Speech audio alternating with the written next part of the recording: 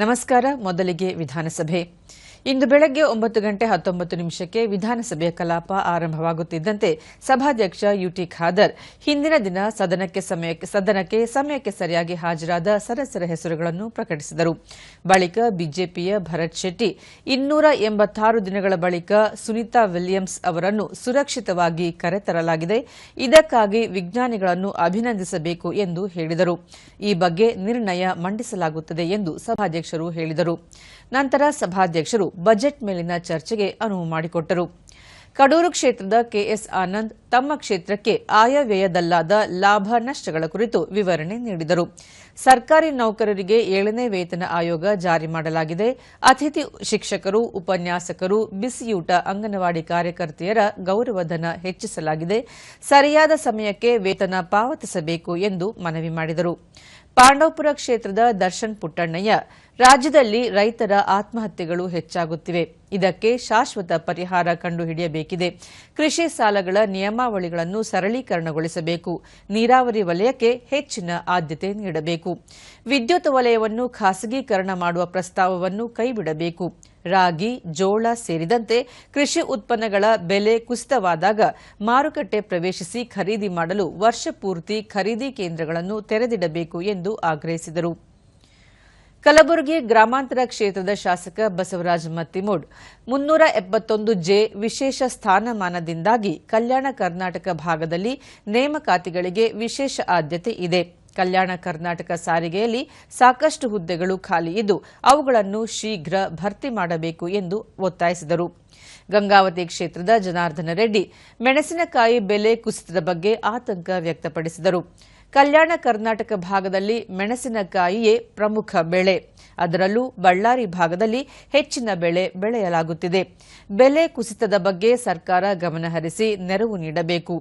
ಬೆಂಗಳೂರಿನ ಅಭಿವೃದ್ಧಿಗೆ ಹೆಚ್ಚು ಅನುದಾನ ನೀಡಲಾಗುತ್ತಿದೆ, ಆದರೆ ಅದರಲ್ಲಿ 10% ಕಲ್ಯಾಣ ಕರ್ನಾಟಕ ಭಾಗಕ್ಕೆ ನೀಡುತ್ತಿಲ್ಲ ಎಂದು ಅಸಮಾಧಾನ ವ್ಯಕ್ತಪಡಿಸಿದರು.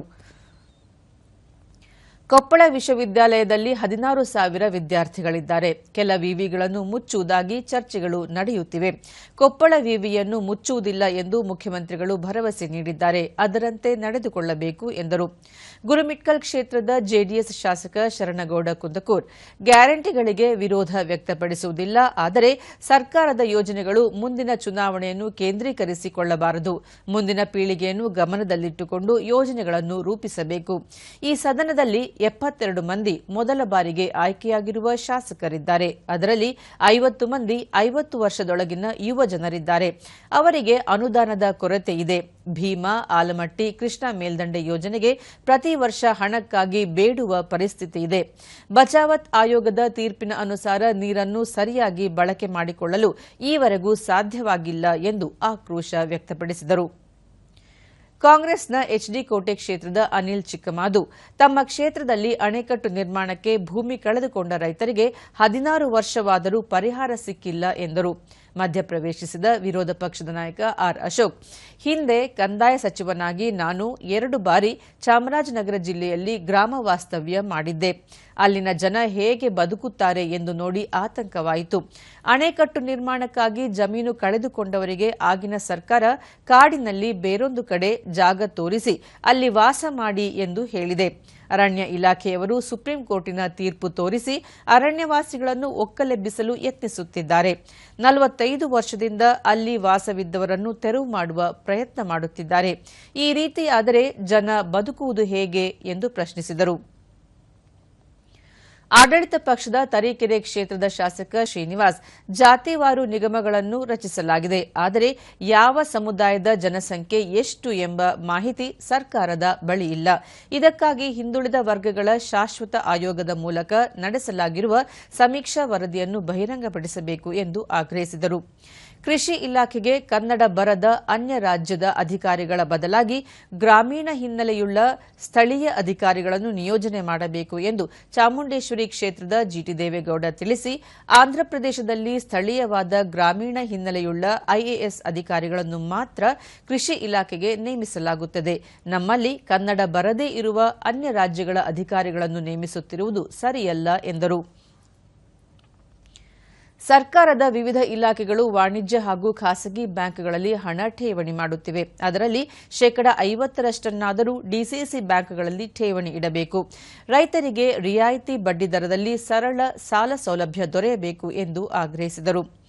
ಎತ್ತುಗಳ ಸಾಕಾಣಿಕೆ ಕಡಿಮೆ ಇದೆ. ಹೀಗಾಗಿ ಕೃಷಿ ಚಟುವಟಿಕೆಗಳಿಗೆ ಯಂತ್ರೋಪಕರಣಗಳ ಅವಲಂಬನೆ ಅನಿವಾರ್ಯ.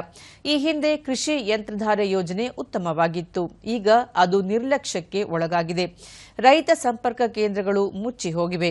ಅವುಗಳನ್ನು ಪುನಶ್ಚೇತನಗೊಳಿಸಬೇಕು. ರೈತರಿಗೆ ಸರಳ ಹಾಗೂ ಸುಲಭ ರೀತಿಯಲ್ಲಿ ಯಂತ್ರೋಪಕರಣಗಳು ಸಿಗುವಂತೆ ಕ್ರಮ ಕೈಗೊಳ್ಳಬೇಕು ಎಂದು ಜಿಟಿ ದೇವೇಗೌಡ ಒತ್ತಾಯಿಸಿದರು. ಈ ವೇಳೆ ಮಧ್ಯಪ್ರವೇಶಿಸಿದ ಕಾನೂನು ಮತ್ತು ಸಂಸದೀಯ ವ್ಯವಹಾರಗಳ ಸಚಿವ ಎಚ್ಕೆ ಪಾಟೀಲ್, ಎತ್ತುಗಳ ಸಾಕಾಣಿಕೆ ಕಡಿಮೆಯಾಗುತ್ತಿರುವುದು ಆತಂಕಕಾರಿ. ಕೃಷಿ ಯಂತ್ರೋಪಕರಣಗಳ ಬಳಕೆ ವಿಚಾರವಾಗಿ ಶಾಸಕರ ಹೇಳಿಕೆಯನ್ನು ಒಪ್ಪಿಕೊಳ್ಳುತ್ತೇವೆ. ಆದರೆ ಎತ್ತುಗಳ ಸಾಕಾಣಿಕೆ ಕಡಿಮೆಯಾಗುತ್ತಿರುವ ಬಗ್ಗೆ ಹಿರಿಯ ಹಾಗೂ ಗ್ರಾಮೀಣ ಹಿನ್ನೆಲೆಯುಳ್ಳ ಶಾಸಕರಿಂದ ಮತ್ತಷ್ಟು ಸಲಹೆ ಹಾಗೂ ಮಾರ್ಗದರ್ಶನಗಳನ್ನು ಸಮಾಜ ಬಯಸುತ್ತದೆ. ಈ ಹಿಂದೆ ಪ್ರತಿಯೊಂದು ಮನೆಗೂ 7 ರಿಂದ 8 ಜೋಡೆತ್ತುಗಳಿರುತ್ತಿದ್ದವು. ಈಗ ಒಂದು ಜೋಡಿಯೂ ಇಲ್ಲ ಎಂದರು. ಈ ವೇಳೆ ಮಧ್ಯಪ್ರವೇಶಿಸಿದ ವಿರೋಧ ಪಕ್ಷದ ಉಪನಾಯಕ ಅರವಿಂದ್ ಬೆಲ್ಲದ್, ಮುಚ್ಚಿ ಹೋಗಿರುವ ಗೋಶಾಲೆಗಳನ್ನು ಪುನರ್ ಆರಂಭಿಸಿ ಎಂದು ಒತ್ತಾಯಿಸಿದರು. ಮಾಯಕೊಂಡ ಕ್ಷೇತ್ರದ ಬಸಂತಪ್ಪ, ಚಿತ್ರದುರ್ಗ, ದಾವಣಗೆರೆ ಜಿಲ್ಲೆಗಳನ್ನು ಶಿವಮೊಗ್ಗ ಹಾಲು ಒಕ್ಕೂಟದಿಂದ ಪ್ರತ್ಯೇಕಗೊಳಿಸಬೇಕು. ನಮಗೆ ಮೆಗಾ ಡೈರಿ ನಿರ್ಮಾಣ ಮಾಡಿಕೊಡಬೇಕು ಎಂದು ಒತ್ತಾಯಿಸಿದರು.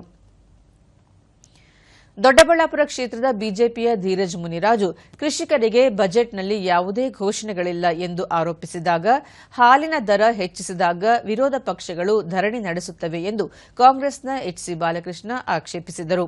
ಶಾಲಾ ಶಿಕ್ಷಣಕ್ಕೆ ಶೇಕಡಾ 10.8ರಷ್ಟು ಅನುದಾನವನ್ನು ಬಜೆಟ್ನಲ್ಲಿ ಮೀಸಲಿಡಲಾಗಿದೆ. 33,147 ಕೋಟಿ ರೂಪಾಯಿ ಹಣದಲ್ಲಿ ಪ್ರಾಥಮಿಕದಿಂದ ಪದವಿ ಪೂರ್ವ ಶಿಕ್ಷಣದವರೆಗೂ 58 ಲಕ್ಷ ವಿದ್ಯಾರ್ಥಿಗಳು ಓದುತ್ತಿದ್ದಾರೆ. ಪ್ರತಿ ವಿದ್ಯಾರ್ಥಿಗೆ 57,300 ರೂಪಾಯಿಗಳನ್ನು ಪ್ರಾಥಮಿಕ ಶಿಕ್ಷಣಕ್ಕೆ ಖರ್ಚು ಮಾಡುತ್ತಿದೆ. ಉತ್ತೀರ್ಣದ ಪ್ರಮಾಣ ಶೇಕಡಾ 50ರಷ್ಟು ಮಾತ್ರ ಇದೆ. ಆದರೆ ಕೇಂದ್ರ ಸರ್ಕಾರ ಪ್ರತಿ ವಿದ್ಯಾರ್ಥಿಗಳಿಗೆ ಕೇಂದ್ರೀಯ ವಿದ್ಯಾಲಯದಲ್ಲಿ 25,000 ಖರ್ಚು ಮಾಡುತ್ತಿದೆ. ಅಲ್ಲಿ ಫಲಿತಾಂಶ ಉತ್ತಮವಾಗಿದೆ. ಇಲ್ಲಿ ಶಿಕ್ಷಕರಿಗೆ ಮೊಟ್ಟೆ, ಹಾಲು ವಿತರಣೆಯಂತಹ ಕೆಲಸಗಳನ್ನು ಮಾಡಿಸಲಾಗುತ್ತಿದೆ. ಬೋಧನಾ ಕಾರ್ಯ ಕಡಿಮೆಯಾಗಿದೆ ಎಂದು ತಿಳಿಸಿದರು. ಚಾಮರಾಜನಗರ ಕ್ಷೇತ್ರದ ಪುಟ್ಟರಂಗಶೆಟ್ಟಿ, ಲಿಂಗಸುಗೂರು ಕ್ಷೇತ್ರದ ಮಾನಪ್ಪ ವಜ್ಮಲ್, ಸುಳ್ಯ ಕ್ಷೇತ್ರದ ಭಾಗೀರಥಿ ಮುರುಳ್ಯ, ಮಾಲೂರಿನ ಕೆವೈ ನಂಜೇಗೌಡ, ಕುಣಿಗಲ್ ಕ್ಷೇತ್ರದ ರಂಗನಾಥ್, ಹುಬ್ಬಳ್ಳಿ ಧಾರವಾಡ ಕ್ಷೇತ್ರದ ಮಹೇಶ್ ತೆಂಗಿನಕಾಯಿ, ಚಳ್ಳಕೆರೆ ಕ್ಷೇತ್ರದ ಟಿ ರಘುಮೂರ್ತಿ ಚರ್ಚೆಯಲ್ಲಿ ಭಾಗವಹಿಸಿ ಬಜೆಟ್ ಕುರಿತು ತಮ್ಮ ಅಭಿಪ್ರಾಯಗಳನ್ನು ಮಂಡಿಸಿದರು.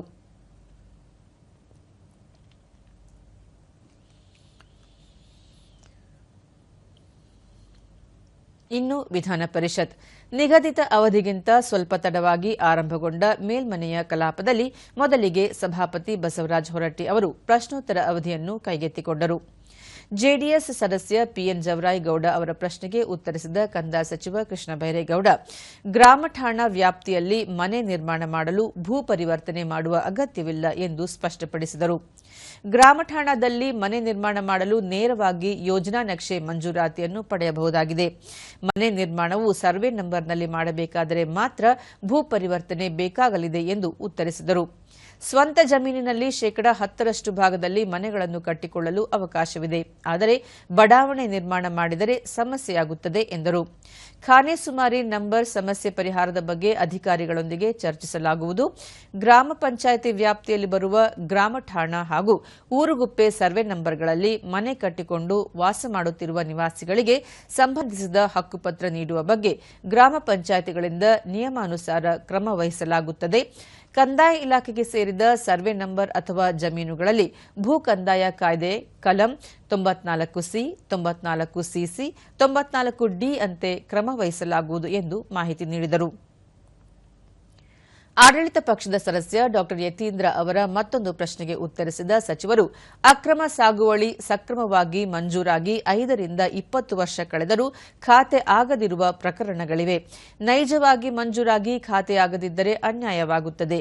ಈ ಹಿನ್ನೆಲೆಯಲ್ಲಿ ಶೋಷಣೆ ತಪ್ಪಿಸಲು ಕಾಲಮಿತಿಯಲ್ಲಿ ಖಾತೆ ಮಾಡಿಕೊಡಲಾಗುವುದು. ಆನ್ಲೈನ್ ಆಪ್ ಮೂಲಕವೂ ಖಾತೆ ನೋಂದಣಿಗೆ ಕ್ರಮ ಕೈಗೊಳ್ಳಲಾಗಿದೆ ಎಂದರು. ಹಿಂದಿನ ಮಂಜೂರಾತಿಗಳಲ್ಲಿ ಈ ಸಮಸ್ಯೆ ಇದೆ. ಆದರೆ ಈಗ ಮಂಜೂರಾದ ಅರ್ಜಿದಾರರಿಗೆ ಖಾತೆ ಆಗದೆ ಉಳಿಯುವುದಿಲ್ಲ. ಪೋಡಿ ಮಾಡಿ ನೋಂದಣಿ ಮಾಡಿಕೊಡುತ್ತೇವೆ ಎಂದರು. ಇದಕ್ಕೂ ಮುನ್ನ ಮಾತನಾಡಿದ ಯತೀಂದ್ರ, ಕಾಲಮಿತಿಯಲ್ಲಿ ಖಾತೆ ಮಾಡಿಕೊಡಬೇಕು, ಖಾತೆ ಮಾಡಿಕೊಡಲು ಲಂಚ ಕೂಡ ಪಡೆಯುತ್ತಾರೆ ಎಂದು ಹೇಳಿದರು. ಈ ವೇಳೆ ವಿರೋಧ ಪಕ್ಷದ ನಾಯಕ ಛಲವಾದಿ ನಾರಾಯಣಸ್ವಾಮಿ ಮಾತನಾಡಿ, ಮುಖ್ಯಮಂತ್ರಿಯವರ ಪುತ್ರ ಲಂಚದ ವಿಚಾರ ಪ್ರಸ್ತಾಪಿಸಿದ್ದಾರೆ. ಯಾರಿಗೆ ಕೊಡಬೇಕು, ಯಾರಿಗೆ ಕೊಡಿಸಬೇಕು ಎಂಬುದನ್ನು ಸ್ಪಷ್ಟಪಡಿಸಬೇಕು ಎಂದರು. ಕಂದಾಯ ಸಚಿವ ಕೃಷ್ಣ ಬೈರೇಗೌಡ ಮಾತನಾಡಿ, ಯತೀಂದ್ರ ಅವರು ವಾಸ್ತವ ಹಾಗೂ ಸತ್ಯ ಸಂಗತಿಯನ್ನು ಹೇಳಿದ್ದಾರೆ. ವ್ಯವಸ್ಥೆಯನ್ನು ಸರಿಪಡಿಸಲು ಕೈಜೋಡಿಸಬೇಕು ಎಂದರು. ಬಿಜೆಪಿ ಶಾಸಕ ಸಿಟಿ ರವಿ ಅವರ ಪ್ರಶ್ನೆಗೆ ಸಾರಿಗೆ ಹಾಗೂ ಮುಜರಾಯಿ ಸಚಿವ ರಾಮಲಿಂಗಾರೆಡ್ಡಿ ಅವರು, ರಾಜ್ಯದಲ್ಲಿ 34,000 ಮುಜರಾಯಿ ದೇವಾಲಯಗಳಿದ್ದು ಈಗಾಗಲೇ 15,000 ಎಕರೆ ಜಮೀನನ್ನು ದೇವಾಲಯಗಳ ಹೆಸರಿಗೆ ಪಹಣಿ ದಾಖಲಿಸಲಾಗಿದೆ ಎಂದು ಉತ್ತರ ನೀಡಿದರು. ಮುಜರಾಯಿ ದೇವಾಲಯಗಳ ಎಲ್ಲಾ ಆಸ್ತಿಯನ್ನು ಆಯಾ ದೇವಾಲಯಗಳ ಹೆಸರಿಗೆ ವರ್ಗಾಯಿಸಲು ಕ್ರಮ ಕೈಗೊಳ್ಳಲಾಗಿದೆ. ಶೀಘ್ರವೇ ಈ ಕಾರ್ಯ ಪೂರ್ಣಗೊಳ್ಳಲಿದೆ ಎಂದರು. ಪಹಣಿ ದಾಖಲು ಮಾಡಲು ಚಿಕ್ಕಮಗಳೂರು ಜಾಗರ ಹೋಬಳಿ ಇನಾಮು ದತ್ತಾತ್ರೇಯ ಪೀಠ ಗ್ರಾಮದ ಆಕರ ಬಂದಿನಂತೆ 6,213 ಎಕರೆ 25 ಗುಂಟೆ ಆಸ್ತಿ ಇದೆ. 104 ಎಕರೆ 39 ಗುಂಟೆ ಜಮೀನು ಮಂಜೂರಾಗಿದೆ. ದತ್ತಾತ್ರೇಯ ಪೀಠಕ್ಕೆ ಒಟ್ಟು 1,861 ಎಕರೆ 31 ಗುಂಟೆ ಜಮೀನಿದೆ ಎಂದು ಸಚಿವರು ಹೇಳಿದರು. ಅಕ್ರಮವಾಗಿ ಮಂಜೂರಾಗಿದ್ದರೆ ಅದರ ಬಗ್ಗೆ ಕಂದಾಯ ಇಲಾಖೆ ಪ್ರಧಾನ ಕಾರ್ಯದರ್ಶಿಯಿಂದ ತನಿಖೆ ನಡೆಸಲಾಗುವುದು. ಒಬ್ಬರಿಗೆ 6 ಎಕರೆಗಿಂತ ಹೆಚ್ಚು ಮಂಜೂರಾಗಿರುವ ಬಗ್ಗೆಯೂ ತನಿಖೆ ನಡೆಸಲಾಗುವುದು ಎಂದರು. ಈ ನಡುವೆ ಸಿಟಿ ರವಿ, ಕಂದಾಯ ಹಾಗೂ ಮುಜರಾಯಿ ಇಲಾಖೆಯ ವಿಶೇಷ ತನಿಖಾ ತಂಡವನ್ನು ರಚಿಸಿ ತನಿಖೆ ನಡೆಸಬೇಕು ಎಂದು ಒತ್ತಾಯಿಸಿದರು. ಸದಸ್ಯ ಡಿಟಿ ಶ್ರೀನಿವಾಸ್ ಅವರ ಮತ್ತೊಂದು ಪ್ರಶ್ನೆಗೆ ಉತ್ತರಿಸಿದ ಸಚಿವರು, ಒಂದು ಧಾರ್ಮಿಕ ಸಂಸ್ಥೆಗಳು ಮತ್ತು ಧರ್ಮದಾಯ ದತ್ತಿಗಳ ಇಲಾಖೆ ವ್ಯಾಪ್ತಿಗೊಳಪಡುವ ಅಧಿಸೂಚಿತ ಸಂಸ್ಥೆಗಳಲ್ಲಿ ಭಕ್ತರು ನೀಡಿರುವ ಕಾಣಿಕೆ, ಹರಕೆ ಸೇವೆ ಇತ್ಯಾದಿ ಮೂಲಗಳಿಂದ ಬರುವ ಆದಾಯವನ್ನು ಆಯಾ ದೇವಾಲಯಗಳ ನಿಧಿಗೆ ಜಮೆ ಮಾಡಲಾಗುತ್ತಿದೆ. ದೇವಾಲಯದ ಯಾವುದೇ ಆದಾಯವನ್ನು ಸರ್ಕಾರದ ಬೊಕ್ಕಸಕ್ಕೆ ಸಂದಾಯ ಮಾಡುವುದಿಲ್ಲ ಎಂದು ಸ್ಪಷ್ಟಪಡಿಸಿದರು.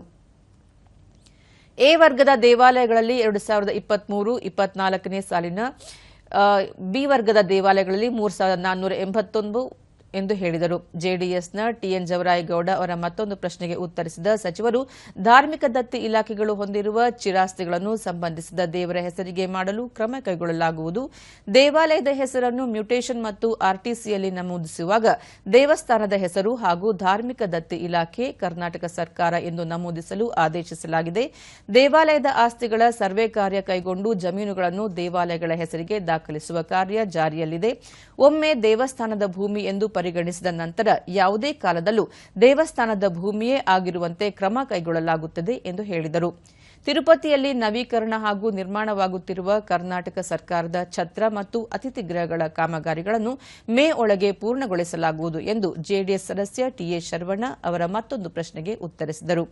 ಕುರಿ ಮತ್ತು ಉಣ್ಣೆ ಅಭಿವೃದ್ಧಿ ನಿಗಮ ವತಿಯಿಂದ ರಾಜ್ಯದಲ್ಲಿ ಮೊದಲ ಬಾರಿಗೆ ತುಮಕೂರಿನ ಶಿರಾದಲ್ಲಿ ಸುಸಜ್ಜಿತ ಅತ್ಯಾಧುನಿಕ ಕಸಾಯಿಖಾನೆ ಕಾಮಗಾರಿ ಪೂರ್ಣಗೊಂಡಿದ್ದು ಶೀಘ್ರದಲ್ಲಿ ಮುಖ್ಯಮಂತ್ರಿ ಅವರಿಂದ ಉದ್ಘಾಟನೆ ಮಾಡಿಸಲಾಗುವುದು ಎಂದು ಕಂದಾಯ ಸಚಿವ ಕೃಷ್ಣ ಬೈರೇಗೌಡ ಅವರು ಬಿಜೆಪಿ ಸದಸ್ಯ ಚಿದಾನಂದ ಎಂ ಗೌಡ ಅವರ ಪ್ರಶ್ನೆಗೆ ಉತ್ತರ ನೀಡಿದರು. ಶಿರಾ ತಾಲೂಕಿನಲ್ಲಿ ರಾಜ್ಯದಲ್ಲಿಯೇ ಅತಿ ಹೆಚ್ಚು ಎಂದರೆ 4,78,500 ಕುರಿ ಹಾಗೂ ವಿಜಯಪುರದ ಇಂಡಿ ತಾಲೂಕಿನಲ್ಲಿ 1,61,129 ಮೇಕೆಗಳಿವೆ. ಕಸಾಯಿಖಾನೆ ಕಾರ್ಯಾರಂಭಗೊಂಡ ಬಳಿಕ ಪ್ರತಿದಿನ 1,500 ಕುರಿ ಅಥವಾ ಮೇಕೆಗಳನ್ನು ವೈಜ್ಞಾನಿಕವಾಗಿ ಸಂಸ್ಕರಿಸಿ ರಫ್ತು ಮಾಡಬಹುದು. ಇದರಿಂದ 150ರಿಂದ 200 ಮಂದಿಗೆ ಉದ್ಯೋಗಾವಕಾಶ ದೊರೆಯಲಿದೆ. ರಾಜ್ಯದಲ್ಲಿ ಮೊದಲ ಬಾರಿಗೆ ಕಸಾಯಿಖಾನೆ ಆರಂಭಿಸಲಾಗುತ್ತಿದೆ. ಇದರ ಸಾಧಕ ಬಾಧಕ ಅರಿತು ಹೆಚ್ಚಿನ ಸಂಖ್ಯೆಯಲ್ಲಿ ಕಸಾಯಿಖಾನೆಗಳನ್ನು ನಿರ್ಮಾಣ ಮಾಡುವ ಕುರಿತು ಚಿಂತಿಸಲಾಗುವುದು ಎಂದರು. ಪ್ರಶ್ನೋತ್ತರದ ಬಳಿಕ 2025-26ನೇ ಸಾಲಿನ ಬಜೆಟ್ ಮೇಲಿನ ಚರ್ಚೆಯಲ್ಲಿ ಪಾಲ್ಗೊಂಡ ಜೆಡಿಎಸ್ ನಾಯಕ ಎಸ್ಎಲ್ ಭೋಜೇಗೌಡ ಅವರು ಮಲೆನಾಡು ಭಾಗದಲ್ಲಿರುವ ಅಕೇಶಿಯಾ ಮತ್ತು ನೀಲಗಿರಿ ಮರಗಳನ್ನು ತೆಗೆಯಬೇಕು ಎಂದು ಸರ್ಕಾರವನ್ನು ಒತ್ತಾಯಿಸಿದರು. ಅಕೇಶಿಯಾ ಮತ್ತು ನೀಲಗಿರಿ ಮರಗಳು ಮಲೆನಾಡು ಭಾಗದಲ್ಲಿ ಹೆಚ್ಚಾಗಿವೆ. ಆ ಮರಗಳನ್ನು ಬೆಳೆಯುವ ಪ್ರದೇಶದಲ್ಲಿ ಹಣ್ಣಿನ ಗಿಡಗಳನ್ನು ಬೆಳೆಸಿ ಎಂದು ಸಲಹೆ ಮಾಡಿದರು. ಕೊಡಗು, ಹಾಸನ, ಚಿಕ್ಕಮಗಳೂರು ಭಾಗದಲ್ಲಿ ಕಾಡು ಪ್ರಾಣಿಗಳ ದಾಳಿಯಿಂದ ಹಲವು ಜನ ಪ್ರಾಣ ಕಳೆದುಕೊಂಡಿದ್ದಾರೆ. ಮಾನವ ಪ್ರಾಣಿ ಸಂಘರ್ಷವನ್ನು ತಡೆಗಟ್ಟಲು ಸೂಕ್ತ ಕ್ರಮ ಕೈಗೊಳ್ಳಬೇಕು. ಹಳ್ಳಿಕಾರ್, ಅಮೃತಮಹಲ್, ಮಲೆನಾಡು ಗಿಡ್ಡ ತಳಿಯ ಜಾನುವಾರು ತಳಿಗಳನ್ನು ರಕ್ಷಣೆ ಮಾಡಬೇಕು ಎಂದ ಅವರು, ರಾಜ್ಯದಲ್ಲಿ ಸರ್ಕಾರಿ ಶಾಲೆಗಳ ಸ್ಥಿತಿ ಶೋಚನೀಯವಾಗಿದೆ. ಉತ್ತಮ ಗುಣಮಟ್ಟದ ಶಿಕ್ಷಣ ಸಿಗುತ್ತಿಲ್ಲ. 60% ಶಿಕ್ಷಕರ ಕೊರತೆ ಸರ್ಕಾರಿ ಶಾಲೆಗಳಲ್ಲಿವೆ ಎಂದು ಹೇಳಿದರು. ಅತಿಥಿ ಶಿಕ್ಷಕರಿಗೆ 5-6 ತಿಂಗಳಿನಿಂದ ಗೌರವಧನವನ್ನೇ ನೀಡಿಲ್ಲ.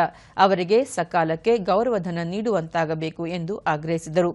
ಬಳಿಕ ಬಿಜೆಪಿ ಸದಸ್ಯ ಸಿಟಿ ರವಿ ಅವರು ಆಯವ್ಯಯದ ಕುರಿತು ಮಾತನಾಡಿ, ಮುಖ್ಯಮಂತ್ರಿ ಸಿದ್ದರಾಮಯ್ಯನವರು ಮಂಡಿಸಿರುವ ಬಜೆಟ್ನಿಂದ ನಾಡಿನ ಜನರಿಗೆ ಯಾವುದೇ ಪ್ರಯೋಜನ ಆಗುವುದಿಲ್ಲ. ಒಂದು ರೀತಿಯಲ್ಲಿ ಕುರುಡನ ಮೇಲೆ ಕುಂಟ ಕುಳಿತಂತಿರುವ ಮುಂಗಡ ಪತ್ರ ಎಂದು ಟೀಕಿಸಿದರು. ಕಾಂಗ್ರೆಸ್ ರಾಜ್ಯದಲ್ಲಿ ಅಧಿಕಾರಕ್ಕೆ ಬಂದ ನಂತರ ಪೆಟ್ರೋಲ್, ಮೆಟ್ರೋ ರೈಲು, ಬಸ್ ಪ್ರಯಾಣ ದರ ಹೆಚ್ಚಳ ಮಾಡಿ ಜನರಿಗೆ ಬೆಲೆ ಏರಿಕೆ ಹೊರೆ ಹೊರಿಸಲಾಗಿದೆ. ಎಲ್ಲಾ ಉತ್ಪನ್ನಗಳ ಬೆಲೆ ಏರಿಕೆ ಮಾಡಿದ್ದಾಗಿದೆ. ಇನ್ನು ಉಳಿದಿರುವುದು ಉಸಿರಾಡುವ ಗಾಳಿಯ ಮೇಲೆ ತೆರಿಗೆ ವಿಧಿಸಬೇಕಾಗಿದೆ ಎಂದರು. ಕಳೆದ ವರ್ಷ 3 ವರ್ಷಗಳಿಗೆ ಹೋಲಿಕೆ ಮಾಡಿದರೆ ರಾಜ್ಯ ಸರ್ಕಾರ ಸಾಲ ಮಾಡುವ ಪ್ರಮಾಣ ಹೆಚ್ಚಾಗುತ್ತಾ ಬಂದಿದೆ. ಬಂಡವಾಳ ಹೂಡಿಕೆಯಲ್ಲಿ ಹಿಂದಿದ್ದರೂ ಸಾಲ ಮಾಡುವಲ್ಲಿ ರಾಜ್ಯ ಮುಂದಿದೆ ಎಂದು ಆರೋಪಿಸಿದರು. ಕೇಂದ್ರ ಸಾಲ ಮಾಡಿಲ್ಲವೇ ಎಂದು ಪ್ರಶ್ನೆ ಕೇಳುತ್ತಾರೆ. ಕೇಂದ್ರ ಸರ್ಕಾರ ಸಾಲ ಮಾಡಿದರೂ ಬಂಡವಾಳ ಬರುತ್ತದೆ. ಆದರೆ ರಾಜ್ಯ ಸರ್ಕಾರ ಸಾಲದ ಹಣವನ್ನು ಗ್ಯಾರಂಟಿ ಯೋಜನೆಗಳಿಗೆ ಉಪಯೋಗಿಸುತ್ತಾರೆ. ವಿಧಾನಸಭೆ ಚುನಾವಣಾ ಪೂರ್ವದಲ್ಲಿ ಮತದಾರರ ಮನ ಗೆಲ್ಲಲು ಗ್ಯಾರಂಟಿ ಯೋಜನೆಗಳನ್ನು ಘೋಷಣೆ ಮಾಡಿದ್ದರು. ಅವುಗಳ ಅನುಷ್ಠಾನಕ್ಕೆ ಆರ್ಥಿಕ ಸಂಕಷ್ಟವನ್ನು ಸರ್ಕಾರ ಎದುರಿಸುವಂತಾಗಿದೆ. ಹೀಗಾಗಿ ಸಾಲದ ಮೊರೆ ಹೋಗಿದೆ ಎಂದು ತಿಳಿಸಿದರು. ವಿದ್ಯುತ್ ದರ ಏರಿಕೆ, ಮುದ್ರಾಂಕ ಶುಲ್ಕ ಏರಿಕೆ ಮಾಡುವುದು ಜನಪರವೇ ಎಂದು ಪ್ರಶ್ನಿಸಿದ ಸಿಟಿ ರವಿ, ಸಂಪತ್ತಿನ ಸೃಷ್ಟಿ ಕಡೆಗೆ ಗಮನ ಹರಿಸಿಲ್ಲ ಎಂದರು. ಬಳಿಕ ಸಭಾಪತಿ ಪೀಠದಲ್ಲಿದ್ದ ಉಪಸಭಾಪತಿ ಪ್ರಾಣೇಶ್ ಸದನವನ್ನು ಭೋಜನ ವಿರಾಮಕ್ಕೆ ಮುಂದೂಡಿದರು. ಭೋಜನ ವಿರಾಮದ ನಂತರ ಆಡಳಿತ ಹಾಗೂ ವಿರೋಧ ಪಕ್ಷಗಳ ಸದಸ್ಯರು ರಾಜ್ಯ ಆಯವ್ಯಯದ ಕುರಿತು ಮಾತನಾಡಿ ತಮ್ಮ ಅಭಿಪ್ರಾಯಗಳನ್ನು ಮಂಡಿಸಿದರು. ಇಲ್ಲಿಗೆ ವಿಧಾನಮಂಡಲದ ಇಂದಿನ ಕಾರ್ಯಕಲಾಪಗಳ ಸಮೀಕ್ಷೆ ಮುಕ್ತಾಯವಾಯಿತು. ನಮಸ್ಕಾರ.